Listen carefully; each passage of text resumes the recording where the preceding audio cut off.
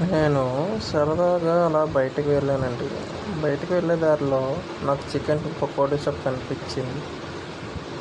Chicken pakodi shop railway new colony ఉంటుంది.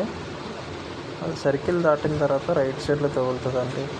నేనైతే వెళ్ళగానే ఒక హాఫ్ కేజీ చికెన్ పకోడీ తెచ్చానండి ఫ్రై. టేస్ట్ మాత్రం అదిరిపోయింది. మీరు ఎప్పుడైనా తింటే ఒక్కసారి కామెంట్ చేయండి.